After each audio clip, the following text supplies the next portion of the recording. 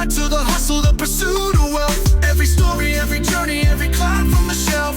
Here's to the drive, to the fight, to pursuit of wealth. All right, guys, welcome back to another episode of the Pursuit of Wealth podcast. We're here with our co-host, Mr. Jace. Right. Let's get it. It's BYU game day. It is game day. I'm wearing my BYU hat. Proud of you. I know. Yes. It's my second one. I have two hats now. I know. You're not stepping up in the world. I'm not a BYU fan for any of those out there, but Yet is the key word here. Jace is slowly trying to convert me. Yes. I do like AJ. Mm-hmm. Yeah. Their football team's been fun to watch the last few years.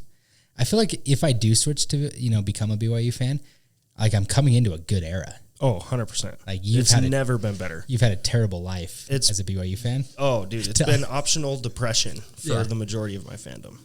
You choose this life, and so you choose to be depressed every year. Yeah. Yeah. Till the last few years, you can kind of, you're still a little bit depressed, but they're getting fun. better. Yeah, they're funner. All right, now to the important stuff. Get sports out of the way. So last episode, we talked a little bit about my story.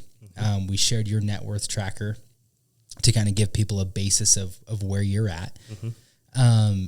I think this week we want to talk some principles and then talk about like some goals of, that you want to set for this year.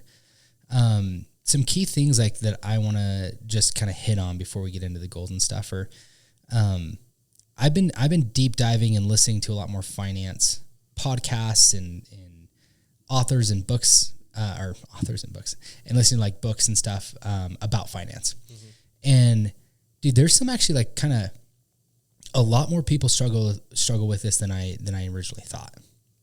I think there was a stat on one of the things that I was listening to that it was about 57, almost 60% of Americans live paycheck to paycheck. Half of Americans don't even have access to $1,000 in an emergency. That's crazy. Which is sad. Yeah. And it just kind of reignited this fire of like, this is why I want to do this. And I want to get people out of this cycle. I think the feedback's been really good too with kind of what we did. So at the time we're recording this, we've released the first episode of where I shared a little bit of my story. And I posted on social media. I was like, this was actually really uncomfortable. Cause when I thought about it, I was like, nobody really knew that. Like you tend to, just as a normal person, keep your finances behind closed doors between you and your partner, and that's it. It's taboo to talk about money. Yeah, you just don't do that. Yeah. Like it's weird to do it, and it's anyway, so to put it out to the entire public, like my family didn't know a lot of that, like my wife's family didn't know a lot of that, so it was really weird. Yeah. But I was pretty taken back by the feedback I got of people that texted, people that commented. And they're like, hey, thank you. Like, this is going to be really cool. And they're on board because I think that they either see what it could do for people or they're in that same position themselves. Yeah. I think the reason it was hard, because I tried to self-analyze. I'm like, why is this so hard? Yeah. Like, at the end of the day, it's showing basic stuff. Like, I'm not going into detail about what my burn rate is or how much money I'm spending on this, that, or the other. Like, this is just basic net worth tracking stuff. But it was still awkward. High level, yeah. And as I looked, I'm like, it's because especially as a real estate agent, you want to give this persona that you're successful. Yeah. You want the rich people that you golf with to think that you're rich too, right? Like, and so in my circle, there's a lot of people that I know that have a lot of money that didn't know that, hey, I was in this position or I am in this position. I may not be as well off as I give off to the general public as a real estate agent. And that's, I think, one of the reasons it was uncomfortable. 100%. But it's fake at the end of the day. 100%. So who cares? It was fake anyways. Exactly. That is the ego. Yeah. The ego wants to protect itself. Mm-hmm. Cause it is, what are people going to think? There's and I think that's where a lot of the financial struggle stems from in our generation is the posturing. It's the posturing of, I want to look like I've made it. Mm-hmm. I want to get the new car. I want to, get the bigger house. When you can't really afford it yet. Right. But it's like, you can kind of squeeze by with the payment. Mm-hmm. And just because you can buy something doesn't mean you can afford something. Right. So a lot of things I could, buy, a lot of people can go buy a new vehicle. Doesn't mean they can afford a new vehicle. Mm-hmm. It's like, you're looking at the monthly payment and if it's stretching you, it's like, you're not really ready to, you can't afford that. Right. There's like some key principles too. It's like, usually it's like, unless you can buy it twice, don't buy it. It's like, unless you can buy that car twice and ideally like in cash, then you shouldn't buy it. Right. Shouldn't take on that monthly payment. But I think what I've noticed too, just like people that usually it's the most, like I think we've mentioned this, but it's like a lot of the people that you wouldn't think have money usually have money. Mm-hmm. The people that you do think have money typically don't have money. Right. They're flashing the vehicles and the houses and all that stuff, and then you hit them up. I've realized that, with, when we have investing opportunities, and I hit up buddies or people I know that I'm like, oh yeah, I know that, like, they make pretty good money. I'll see if they want to invest in something like this. A lot of them don't have money to invest. It's like, because they are just living paycheck to paycheck. They got a lot of stuff. Yeah. Nice stuff. Yes. Where they can afford the monthly payment for that stuff, but no extra. And I look at like, and I think it is a psychology. Mm-hmm. It's switching your psychology and because it is really hard to go from like, you're starting out, you usually don't have money in your bank account. Mm-hmm. But then you get to a point where you do have money in your bank account and not spending that money. It is a hard habit to get into of like, I have money there mm-hmm. and I want said thing and I have money for said thing. Like, why would I not buy it? Right. I have money. Like, right. I can afford that. It's really hard to look at, I have that money. I want that, but I'm not going to buy it. Mm-hmm. There's things that I want till this day that I could buy, that I could afford.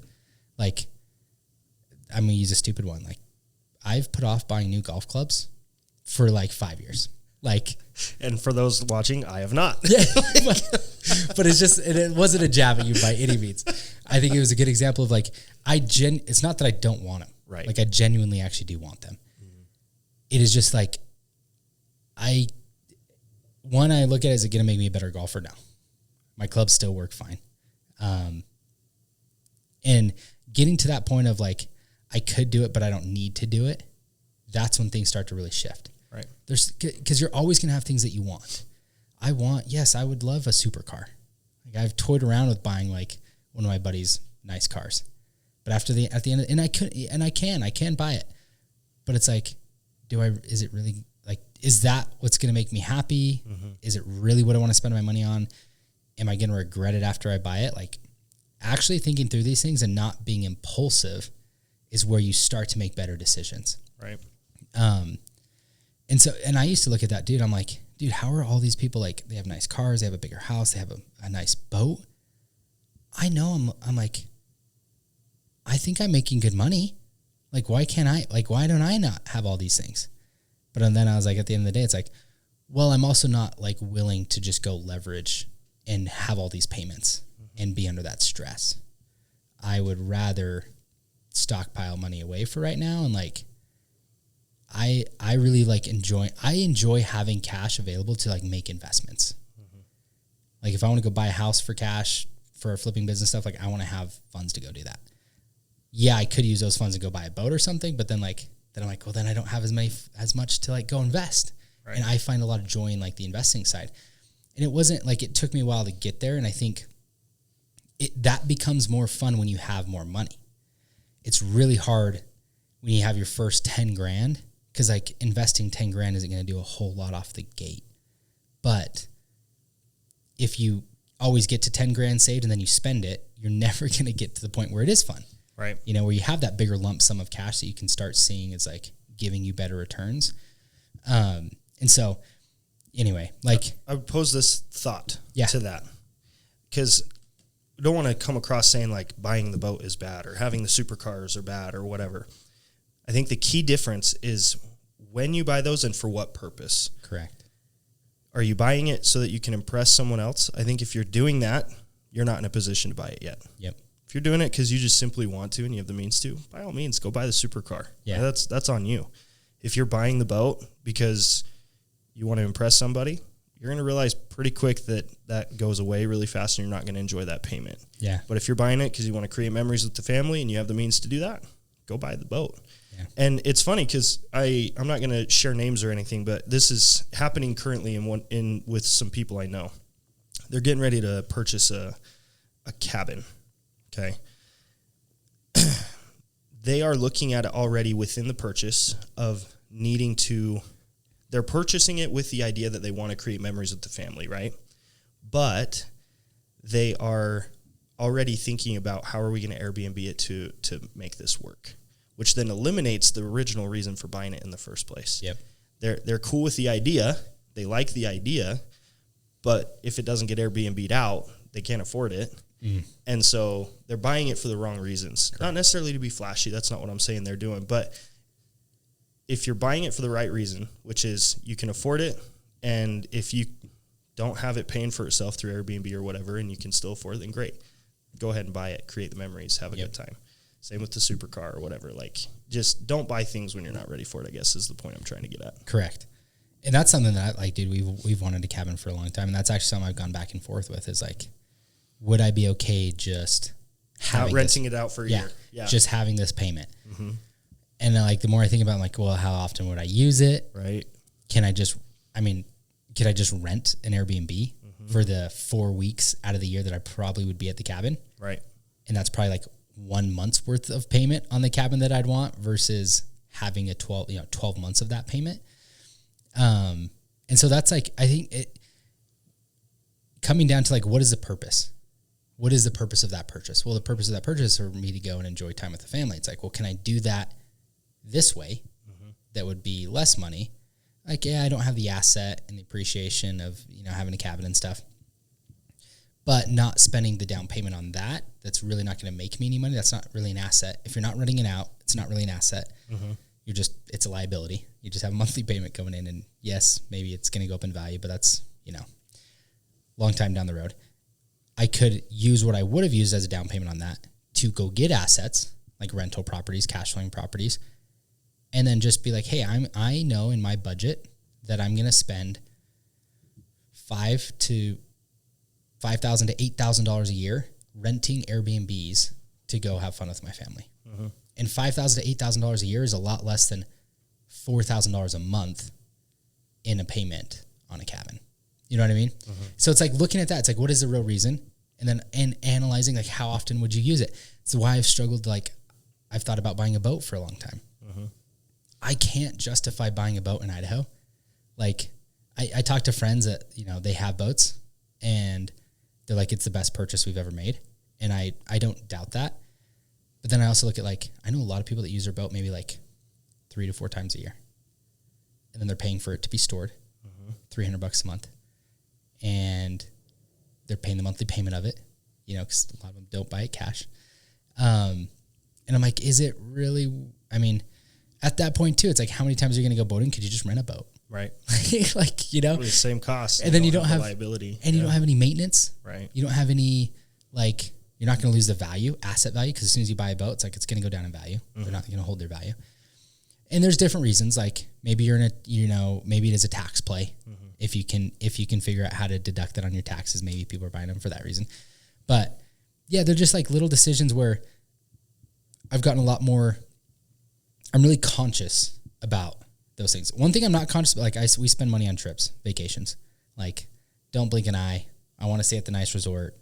I want to, I'm going to get the mentality there though that I love because you're not looking at it of like, I'm going to do this to try and impress someone. And a lot of that can be subconscious. Yeah. And I'll use me as an example when I bought my Raptor, because I did not buy that Raptor to impress other people when I was making that purchase. Yeah. However, I felt really good driving that Raptor. Like it felt good. I felt prestigious. Yeah. Was I in a position to buy that Raptor? No. Have you ever seen the reel of the guy, like what Raptor drivers think they look like, or what people, is that a Raptor? Is that guy driving over? Yeah. It's so funny. Like you get this persona, and I felt like it wasn't that unreasonable. Like I bought an older one. I didn't spend $100,000 on a Raptor. So that's free and clear with my journey and what I shared. I wasn't stupid enough to go buy $100,000 Raptor. I was, and that was. And you had the funds to do it, and it's a nice truck. It was my dumbest decision. Yes, but my point is for the first year, it was the best purchase I ever made in my brain. Yeah. I'm like, this is sick. Yeah. I love this thing. It's loud. It's good. I feel good driving to appointments. Yada yada yada. After that year, I got really tired of paying $800 a month in gas. Yep. Because of having to go drive as much as we do, I was like, this is a lot. Yeah. Like, this is ridiculous. You have your normal payment for the truck. Yep. Then you have $800 a month in gas. I sold that thing quick and got something that was better, fuel. And so I didn't like the point I'm trying to make is I didn't consciously think, okay, I'm going to buy this to impress people. Yeah. But subconsciously I was. Yeah. Because I wasn't in a position to afford that truck reasonably. I was still in a basement, for crying out loud, when I bought that truck. Yeah. That was not an appropriate time to do that. For sure. So there's an appropriate time to have fun, splurge, do all that fun stuff. And then there's not. And I think the key is just taking a step back, taking a deep breath before making that instinct purchase and then go from there. It goes back to, Dave Ramsey's quote there where he's always like, live like no one else so that later you can live like no one else. And you're very good at it. It's like, you got the funds to buy pretty much whatever, and you're good at that. Good at saying no. It's like delaying a little bit of gratification. And don't get me wrong. I know you said we haven't disclosed burn rates and stuff. I may ask you later on, like, if you're okay sharing, like, maybe what your burn rate is, and we'll just talk about what a burn rate is. But I was updating my, it's February 4th. So we had just ended the first month of the year, and I went back and was updating my net worth. And then I haven't really tracked my budget for a long time. We've just been tracking really the net worth, but I was like, hey, doing this whole podcast thing, like, I need to go revisit, like, what is our monthly burn rate and what are we spending a month? And it was everybody has like their idea of what they're spending, and I look back and I was like, oof, yeah. It's like, I've tracked it before and it's changed dramatically over the last few months. And so there's probably like some things I'm going to tweak and change there. But again, it's like just acknowledging it. Like I still, like to this day, I'm like, I still struggle with it because it's not something I enjoy. Right. It's uncomfortable for everybody. Uncomfortable. Yeah. 100%. Maybe Austin's the only person who really enjoys that. Yeah. Yeah. Maybe. And I think even like it is probably uncomfortable for him at times too, to go through it. Like we're going to Hawaii with him, cause we're all running a marathon in April. And, it's so funny. Like we were all going to get an Airbnb together, but like we couldn't agree on the Airbnb. Like I want to stay at a nicer one than he probably wants to stay at. And then we have like 3 families going. And so we ended up all just getting our own like condos. And like, of course, like we got a condo in a little nicer place than they got their condo. But even like that trip, like I could tell he has the funds to go on that trip, but he is still going to be a lot more. Do we need to spend that money on that trip versus like my mentality when I'm on I'm going to stay where I want to stay. Like I'm not going to blink over $1,000 to $2,000 difference in a trip because like that is what at the end of me and Bree can both agree that we work so that we can enjoy vacations and traveling and time with our family like that. So it's like we don't question those kind of things. But I am really conscious about little things. Down to like, dude, I will put off the stupidest purchases for like I needed like beard oil for like the last year. Like Coy kept telling me like get beard oil, dude. I'm like, it's like $20, $30. Like, dude, it's like the stupidest thing that I like. Sometimes I don't buy, and then I don't know why. But it's like then I'm like at some points I'm just like, it's kind of like a psychological thing where if I go tell my assistant to buy it for me, and I don't have to do it, like cool. I'll just be like, hey, can you like sometimes I'll be like, hey, can you just go to Target? I need like more, deodorant and body wash and all that stuff. Cause like I'll run out and I'll just use Breeze. Cause I'm like, I'm just not going to go buy more. Like it's the stupidest things. But I think if you can get in that, cause it's like, it's body wash. It's all the same stuff. Like, right. But I think if you can get in that mentality of, do you need it? And not to an extreme. Like I think me and Austin Austin's a great example that I like to use is cause like he is the extreme other way. Like he will not spend money on clothes. He doesn't care about any of that stuff. Where I'm like, I'll go on splurges where I don't buy clothes for a long time, but then when I do decide I want to buy clothes, like I'm going to drop $1,000 and just get all new clothes. Right. And so, but like finding that balance, like I'll put that off for 6 to 12 months and then I'll go spend like splurge because I felt like, I used my money in good ways the last 6, 7, 12 months and made that money work for me. And so like I use some of the profits and go, spend it. Right. And so whatever game you need to play with yourself, like I like gamify it, There's that thing where it's like every dollar earned, you should be investing it first before you spend it. So if you make the money, invest the money, and then, take the interest or the profit that you make off the investment to then go utilize for, entertainment or, things that you want.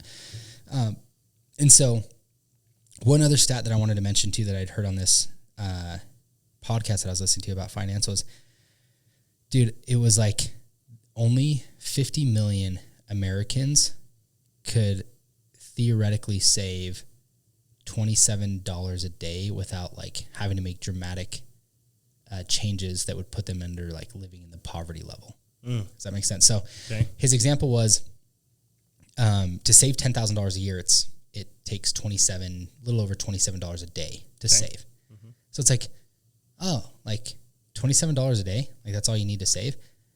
Well, a lot of Americans, majority, like 2/3, if not more, of Americans couldn't find an extra $27 to put away on a daily basis. That's wild. Because all of the expenses that they have are maxed out. That is scary. Like, and I don't know if there's probably a few different problems with this, like cost of living is extremely high. Could you, like, if you're in that situation where you don't have an extra $10 to $27 a day that you could put away, number one thing outside of like, you got to go find out how to make more money. Like that has to be your number one goal. And it was kind of interesting because I actually had this thought when I was re-listening to some of the podcasts that I wanted to make sure the audience understands. A lot of the things that we're going to talk about throughout this entire journey is we don't want it to come across like you have to be a real estate agent or do what we do to have these things apply. You don't have to be a business owner. Do I recommend it because that's what we're living through? Sure. Yeah. But you can apply all of these things. Watch out for the things that we're talking about, save while still having a job. But to your point, just barely, like at the end of the day, like if you're doing all these things and still not able to make it, then there's one solution. You got to go find a way to make more money. Yeah. Got to increase your income. Yeah. In the crazy, Austin shared this in our team meeting just this week that the professions that produce the most millionaires. This is crazy stat, by the way. Crazy. Yeah. I don't remember actually, I'm only going to know the two: engineers, teachers, and I forgot the third one. I can't remember what the third one was, but the teachers one kind of is the one that stands out the most because they have the persona that they make the least amount of money. Like, and they do not have great salaries. Yeah. But why is it that the teacher category produces millionaires? Yeah. It's crazy to think about. I think the average income was like, for those three categories was like $100,000 a year, and they're becoming the millionaires. Engineers makes a lot of sense because a lot of engineers are like analytical, like that's actually Austin's background too, is like engineering. And so they're very analytical. They're like, they want to know how things work and where their money goes. So that makes sense. And then the teachers, it's like, I don't know if it's because they are on essentially, let's say like a lower salary. They have to figure out how to make this money last and work.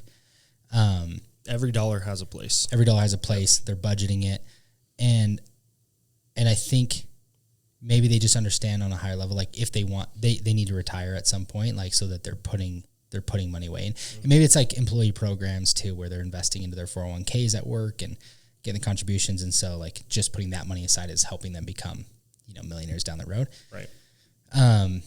But part of this, like the strategy to all of this is you need a game plan. Like we've talked about it. You can make $300,000, but if you're spending $295,000, you're not really going to be putting enough money aside to really build long-term wealth. You need to figure out how to live within your means and like at minimum save 10% of your income. If you're making $100,000 a year, you need to be saving $10,000 a month or 10 grand a month, $10,000 a year. And like we said, $10,000 a year, it's like a little over $27 a day. So like if you just automated that, just say, hey, from your checking account, $27 a day is going to go towards into like a retirement, into your Robinhood account. Like just have an auto draft of $27. You wouldn't feel that for most people. You wouldn't feel that $27. It's like maybe you're not eating out for lunch that day. Right. Because like right now it's like if you go out for lunch, it's like $20. So then if you get a coffee, $7. There's your $27. Don't do that. Make your coffee at home. And you'd be right on track. Just saving $10,000 a year could get you. Saving $1,000 is going to put you in the top 50% of Americans, because now you have $1,000 that's liquid that you could use in an emergency. And $1,000 is like, how do you get to $1,000? $10 a day for 100 days. That's it. $10 a day. Yeah. For 100 days. That's like 3 months. If you could just do that for 100 days, put $10 away, you're going to have your first $1,000. And that's going to feel like a win. Like, go for something small. This doesn't have to be a huge, if you don't have anything going right now, as far as like investing or putting money aside or savings, start there. Start really small. Go get a little win, and then get that first 1,000. And then you're going to want to grow from there. And then you're teaching, you're getting the principles of, hey, I'm going to pay myself first. There's a book called The Automatic Millionaire who talks all about that. It's like paying yourself first. A lot of us pay ourselves last. We pay everything else and everybody else first. And then if there's anything left over, we'll put it into our savings or our retirement. Where it's like, it should be flipped. You should be paying yourself first and then trying to get everything else paid. Because paying yourself first is paying yourself in the future. Future Jace is going to really appreciate you paying yourself first versus 100%. putting future Jace on the back burner. Right. And if you look at everything, dude, everybody's trying to come after your money. So like, if you're an employee working for a company, the IRS doesn't wait for you to save money and pay them later. The IRS is taking it out of your check up front. Before you even see it. Yep. Because they know if they don't, they will never see that money because it will get spent. And so you got your taxes coming up. And even if you're self-employed, you got to do your, at minimum your quarterly, if not monthly, payments for taxes, because they want to make sure that they're getting paid up front. They know that if they wait till the end of the year for you to just make a payment for taxes, like, they're not going to get it. So if the IRS knows that, Uncle Sam knows, like, hey, we need to take this out first. And then it's like everything else, like, first of the month, your mortgage is coming out. Subscriptions, all your subscriptions, they're not, waiting till the end of the month to take your money. They're taking it out prior to them giving you the services for that month. They're taking it first. If everybody else is going to take the money first, you should take some money first. I love that. Take out the money first, put it aside, say, hey, I know that right now, like, if it's a lot easier if you're on a salary, because, you know how much money you're going to be making. It's a little bit trickier when you're in real estate, but there's ways that we've, set even your stuff up that allows you to kind of automate some of these things. But let's say your household income, whether it's just you or you and your spouse, is $10,000 a month, $120,000 a year. 10%. It's like, it's $1,000 right off the bat. $1,000 gets taken out of the paycheck to put into your, savings, investments, your future. And then you have to live off of 9,000. That's how you get ahead. Because if you just have 10,000 coming in a month and then you're trying to expense everything and then trying to see if there's anything left at the end of the month, that's a really hard. That's where most Americans live, and they never get out of that rat race, and there's never anything left at the end of the month. Because usually, too, like, the habit, having lived it and seeing what other people do is, like, we'll use the $10,000, for example. You have the $10,000 that you get every month. Your lifestyle starts to get to match that. Let's say you have an extra $2,000. Well, man, those golf clubs look really good. Yeah. Like, I really want those. Or, man, a $500 a month car payment with this extra $2,000, yeah, that's not bad. Yeah. I could do that. Or, whatever else, going out to eat, hey, I'm going to eat out maybe more than what I used to because I have this extra money. Yep. Because at the end of the month, you see the extra, you start to feel that. And so, yeah, I agree 100%. And it actually kind of transitions into what we were wanting, which is maybe setting some goals with each other. Yeah. I'm going to probably put you on the spot. You think a little bit of my goals, but Yeah. I'm actually going to say some others that I love your, advice because you're the mentor in this situation. Yeah. But yeah, I think to reiterate what you said as far as having a plan, I'm also, one of my goals is to read a little bit more. Yeah. So I started reading a book. It's Rich Dad's Guide to Investing by Robert Kiyosaki. I'm a big Robert Kiyosaki fan. I think he has great books, great insight. Yeah. And one thing he talks about in this that you said exactly is just wealth isn't necessarily built by just making money. You hear the term, you need money to make money all the time. And That's somewhat true. In the book, he says that's not entirely true. I disagree a little bit. I think you obviously have to have money to make money. You gotta have some income. That's just how it works. But his point that he's trying to make in this book is the key to being wealthy is having a plan and sticking to it. Yep. And you said the same thing. So that comes with goals. And so I don't know if you've thought about goals for yourself this year. We're in February talking, this podcast right now, but still not too late to set goals for what you want to accomplish in 2026. Yeah. So I'm going to share a couple with you Okay. of what I have, and I want to maybe go back and forth on one of them in particular that I know in my brain, because I know that you might be a little bit different on this. And so Okay. I'm excited about this. I'm excited to hear this. The first goal that I had that I've talked to you about before that I'll just kind of put out there because we've shared my story. We know where we're at. In my real estate business, I've been able to operate for the past 5 years with relatively low stress. Yeah. Because I've been in a basement. I haven't had my back against the wall. I did rent for a little bit, like I mentioned, but I was able to operate and work with little stress, which I think helped because I was able to treat transactions better. I was able to treat clients better. I didn't focus on the paycheck. It was not until we were very intentional with our money that I was very money driven. It was just process driven. Yeah. And it helped me do pretty well in real estate.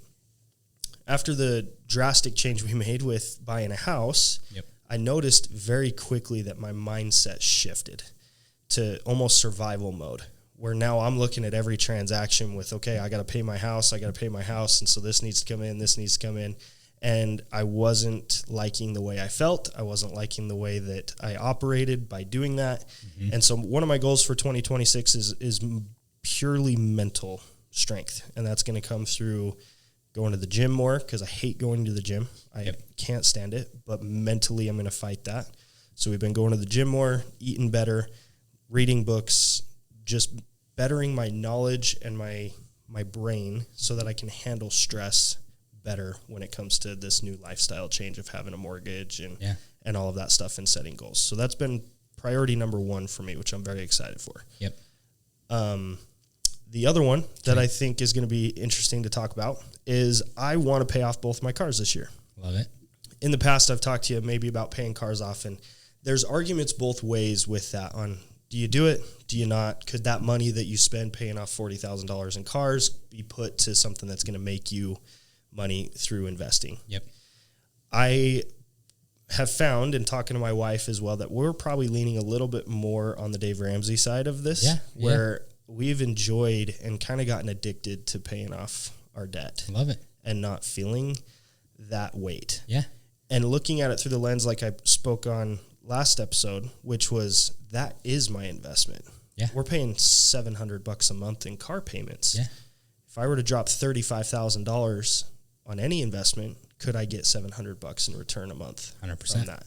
And I don't think I could right now, unless maybe hard money or a flip that I was involved with, something. Yeah. But I would rather invest in getting my money back. Is that true? Is that the true numbers? True numbers. $35,000 and $35,000 in car payment or in car debt. It was around there. I think we showed it.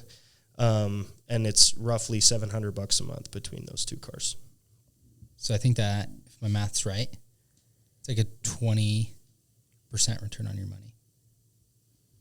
Let's see, 700 times 12. It's $8,400 a year. Mm-hmm. Which, it's about 20% of, give or take. A little bit less. Yeah. Roughly.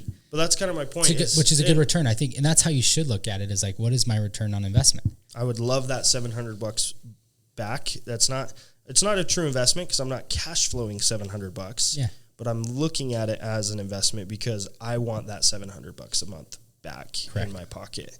And so that is one of our goals this year as well. Even though we have the house, even though we have these extra payments that we've not had in the past, even last year when we paid off all the debt we did, I didn't have a mortgage on top of that. We still have that goal of wanting to pay off both our cars by the end of the year. Love it. And so that's a big one. What's your thoughts, mentor? I want to first hit on your first goal with the mentality and the pressure that you're feeling right now and how that's affecting you. I think you're right. I think it is a mindset thing. Mm-hmm. That pressure is real. Like, you now have $3,500 or whatever your actual mortgage is. I don't know what it is, but let's say $3,000 a month now in a mortgage payment that you didn't have. I mean, that's $3,000 a month that is going to feel like pressure now. Right. Especially if you want to maintain the same lifestyle that you have been living. But the biggest thing I think when I've got, back against the wall, or when I, started out and I didn't have a ton of income coming in, was the mentality of like, if you just focus on bringing value, the money will come. So it's not I need this deal, I need to go find a deal. It's, how do I create value? And if you just lead with that mentality of, I want to create content that's valuable to the consumer. I want to, when a lead comes in, it is, how do I create value for this lead or this person, this opportunity? And just looking at it that way, I think a lot of people get caught up in especially in a sales role, that it's just commission. How do I get another commission check? How do I get another transaction? My burn rate or overhead is X amount a month, so I need to close 2 deals a month. How do I go get my 2 deals? Where it's like, if you just focus on, how do I create more value for people, everybody that I come in contact with? How do I create value when I go to a basketball game? How do I create value when I'm on the golf course? How do I create value or opportunity when I'm, talking to whoever? The money's going to come, and you'll never have to worry about it. Then all of a sudden, I've never, when I was in real estate, was like, I've never really created like transaction goals. I just try to add value to everybody that I came in contact with. And like, all of a sudden, I'm doing 50. One year we did 90 transactions, and it was like, I didn't set out that year to go do 90 transactions. I was just like, how do I create value? Like, how do I just become more valuable in the marketplace? So I think if you have that mindset, you'd be shocked at, and I think you do. You've always had that mindset. It's just keeping that now of like, just go out and create value, and opportunities are going to come. What that looks like real time, like in a real experience, is maybe before, like I'll share an actual real life experience. When you have your back against the wall and you're transactional, you can't see the long term. You're, like you said, focused on that one commission check. Yeah. So there were a couple instances where I would go and, for example, give an opinion on an investment for someone looking at a piece of property. I remember distinctly helping this person. They were looking at a piece of property. I shared my opinion, went and talked to them, gave them numbers, put in some work. They ended up purchasing it on their own and then using another agent for something else. If I was strictly commission based, I was still upset, but at the same time, it was like, okay, I added my value. Hopefully that will translate into something long term. Yep. If I was strictly commission oriented, I would have been furious and probably burned a bridge with that person. And most agents do. Because you screwed me, right? Yeah. We're out of, but the point I'm trying to make is that same person 2 years later contacted me a week and a half ago to go and do something.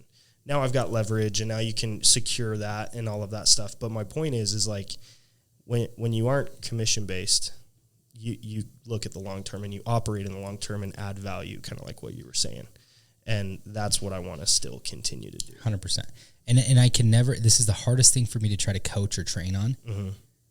Because I can't give you the actual measurements, but I know if you lead with value and you lead with good intentions and you put goodwill out into the universe, it will come back. Right. I can't tell you when. You got to be patient. Could be 2 years, but I've just known in my whole experience, everything, like if we've treated people right, try to add value, interact with people, like you try to make them, leave them better than we found them. Even if it's like, we don't get any financial gain out of it, you never know, like referral, reference down the road. Like there's so many ways that the universe could pay you back that you don't know. And you're not gonna be able to connect the dots until you're in the future and you're looking back. But there's so many instances where I'm like, dude, I helped a buddy sell a trailer. And like, it's a $10,000 trailer. It's like, I wasn't going to make any commission off of that. Ended up selling that. Then I helped him buy a house. Then we've helped him sell and buy 3 or 4 houses since then. He's been one of our best referral partners. Like doing things, and I didn't know all that was going to happen from that initial sell. But it was like they were in a situation that I could bring value to. They didn't know how to do it. I helped him, even regardless of the financial incentive that was there. And like things pay out. So I try to really teach our agents that, because it's like, never judge a book by its cover. The amount of opportunities that have come in for like a small land deal, agents see a lead that comes in on Zillow or something for a $30,000 lot, and they're like, I don't want to take that. I don't want to deal with that. There's no money there. Well, that the person calling it could be very well off, have rental properties, have investment properties, have maybe they're a builder and they're wanting to buy a lot to build and they got other stuff that you could help them on. You just never know. Right. And so it's like, just focus on adding value to anybody that you communicate with, and like you will be overwhelmed with the opportunities that come your way. So that was the first thing. And I think you understand that. So just staying focused on that and just continue to lead with that, you won't have to worry about money. I'll put with the caveat, while still using that pressure to be better and to get better. The pressure should motivate you to work harder than you've had to work in the last. Correct. I look at your position and it's like, maybe it pushes you into like, you didn't really have to or want to take team leads. Mm-hmm. It's like, take a few team leads. Right. And you're going to be totally fine. And that'll alleviate a lot of that pressure anyway. And then the second thing on paying off cars, this is, yes, you're right. We may differ on things like this. And I totally understand the reasoning behind it. There's some people that like the security. Mm-hmm. That's all it is you're buying security and safety, knowing that payment is gone. Right. And I think depending on everybody's financial situation is different. Like we do tend to finance our cars. Like if I can get usually a decent enough rate, like our Tesla, it's like base. I'd say it's paid off now. It's like we own like $2,000 left. Mm-hmm. It's like a few more payments and it's paid off. The reason I never paid, I had a 2.7% interest rate. My theory and philosophy on inflation is like inflation's actually paying, like that debt is getting cheaper every year because the dollar is losing value every year. So sure, finance that. Right. Same thing with my other stuff. Why not finance it? Like if the dollar has lost 25% of its value in the last 5 years, that means my loans have gotten 25% cheaper in the last 5 years. And so why would I pay them off earlier? Right. I'm all for cheap debt. Now, cheap debt. Now, if you got credit card debt is not cheap debt. No. So get rid of credit cards. Car payments are it's depending on what your interest rate is, then I would say whether that you should or shouldn't do that. And then the other thing is, do you have a better place to put your money? And that is the key factor. For me, I typically do have better places that I can put my money than paying off my car. If my car is at a 5 or 6%, investing into our businesses or buying flips that we're doing, I usually get a way higher return on my money than a 6%. So I don't want to waste $50,000 to go pay off the car when I know that $50,000 is worth more to me when I can invest it into the things that we're doing. Now, not everybody has those same opportunities. And I think that's you have to make the independent decision is, if I choose not to pay that car off, where is the money going to go? Right. If it's going to sit in a savings account, your savings account isn't earning 6% or more. So you're better off not saving it and putting it towards the car payment. Mm-hmm. Even a high yield savings is only 4% right now. Now, if you're have real estate projects or other things that you can invest in that you're going to get a 10 to 12, 15% return on, and your car payment's at 6%, I look at it as why would you not make the delta? Mm-hmm. Instead of, you're getting charged 6% here, but you're loaning your money out and doing something at 10 to 15%. So you're making 4 to 10% difference, more money when you're investing it. So let the bank carry that cheap debt on you, and you go, loan out your money or invest it. So, but there's also that sense of security that you're going to have when you have a lower mortgage payments. And also I think in your position, you don't know yet what you really want to invest in. Correct. Or have those opportunities that are a little bit higher on, which we can provide you those higher opportunities. And that's a cool thing about this journey is there could be a little asterisk there. I don't want to say that I'm fully not going to do that, because that is something me and my wife really want to do. Yeah. But yes, the whole point of this is we're going to create a community together with all our listeners. Yeah. There may be opportunities. For sure. So if an opportunity presents itself, I'm going to listen to my mentors, and I'm going to probably shift if need be. Yeah. So, and I think that's the key thing. We look at interest rates. We look at what is the return on your money if you do put it there. You just have to do the math. Right. And that's what I find. I find a lot of enjoyment in that side of things. Where can I get the highest return on my money? Mm-hmm. And how can I get that to compound faster?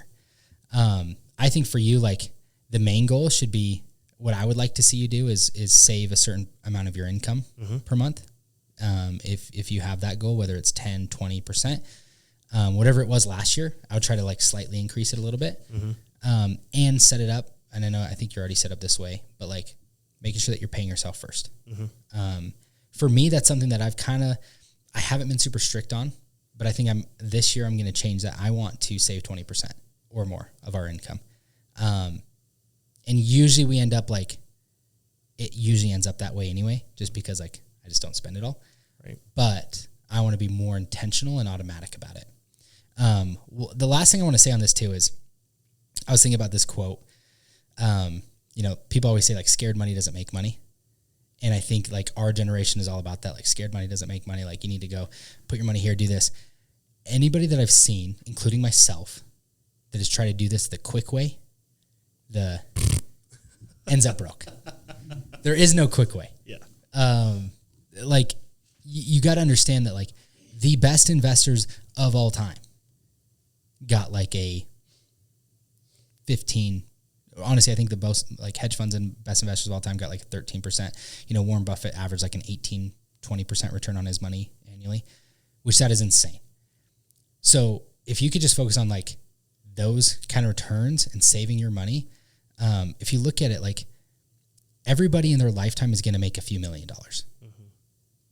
Like now the game is how much of that are you going to keep? Because most people make a few $1 million and have $0 at the end of the day. Right. When they're going to retire. So set it up so if you're going to make a few $1 million, make sure that you're paying yourself first and you're going to keep some of that money before it gets expensed onto everything else that you want to do.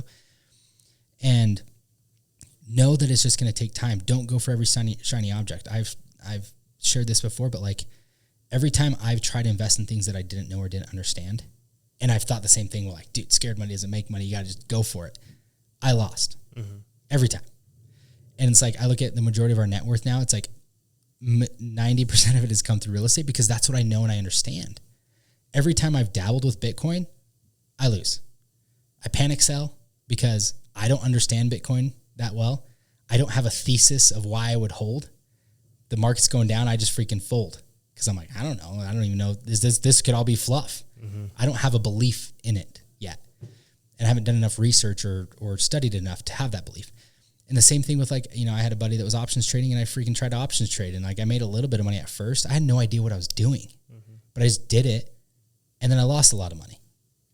And then Jace came to me with this great idea about these bots that could trade this currency for you. And Jace was making a ton of money with it. And I'm like, F it, send it $5,000 on these bots. I didn't do anything. I didn't do anything with those things. Like every time I've tried to do something that I didn't understand, I lost. So it's not scared money doesn't make money. Uneducated money doesn't make money. And the time you need to put in to get educated. And it doesn't have to be in everything. Or to keep it going, right? Like yeah. You're gambling if you're not educated in what you're trying to do. The best investors and the people that have built the most wealth don't diversify off the bat. They usually find one thing that they want to invest in and they become educated in that niche and they stick there. And then when you have a larger accumulation of wealth, then you start to diversify. Yeah, dabble in this because you have time to do it. Yeah, and you're usually you're diversifying by putting things in like stable. You're going to go into like the S&P 500. You're going to go into the total index fund. You're going to go into a little bit of bonds, maybe some treasury bills. You're diversifying that way. Right. But like when you're getting going, you need to figure out what you want to invest in, whether it's real estate. I would say like some asset, real estate, stocks, whatever you want to invest in. Figure that out and then figure out a strategy within that realm. Hey, here's where I'm going to stick to. Like, don't try to day trade stocks. Unless it's your full-time job and that's everything like pick some stable stock options, not options, but like stocks that you feel good about investing in and just invest and have it automatic. Like, hey, I'm going to do $10 a day into this thing. I'm going to do $20 a day into this thing, or I'm going to do $300 a month into this stock or these 3 stocks. I'm going to do $100 into each per month and just stick with it. Consistency over time is what compounds, and that's what builds wealth, being consistent with your investments. And so figure out a system to automate, to make that happen first when you get paid, and then just be consistent over the long haul and have a belief in whatever you're doing. because that's when people that panic sell and lose money in the stock market are the ones that don't have a belief in what they're actually investing in. And they're just trying to do it to get rich quick. And it's not a quick game. You have better odds going and putting it on red. Sometimes I have really good odds with that, yes. And sometimes I get absolutely mauled. So anyway, well, that's going to wrap it up for this episode. Next week, I want to talk, we've kind of mentioned it a few times in here, but like we're going to talk about inflation. And hopefully this opens your eyes onto why you need to invest, that you cannot save your way to wealth. I love that. I want to hear some of your goals too next week. Okay. Not that I have any input on your goals, but there's going to be a fair amount of listeners that relate to you and want to know what you're up to as well. Yeah. This isn't about me. So we want to hear what Anthony's up to as well, what he's looking at. But yeah, it's going to be a good time. I love it. Looking forward to it. Talk about inflation and why we all need to freaking save 10 times more than we're saving right now. But all right, till next time, we'll catch you guys later. See ya. Welcome to the chase where the champions dwell. To the grind, to the hustle, the pursuit of wealth. Every story, every journey, every climb from the shelf. Here's to the drive, to the fight, to pursue the wealth.